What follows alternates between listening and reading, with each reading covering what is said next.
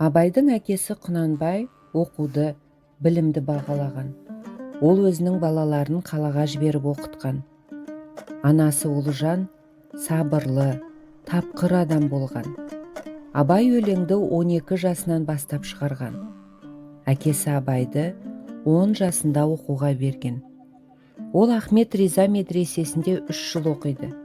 Кітапты бір рет оқып, екінші рет кітапқа қарамай, жатқа айтып шығатындай зерек, ұғымтал бала болған.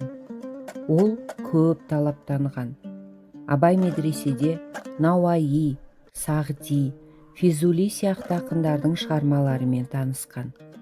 Ол мұсылманша оқумен шектелмей, Семей қаласындағы Приходская школаға түсіп, орысша да оқи бастаған. Сабақтарын оқып білу Абайға оңай болған. Сондықтан барлық уақытты өз бетімен кітап оқуға жұмсаған.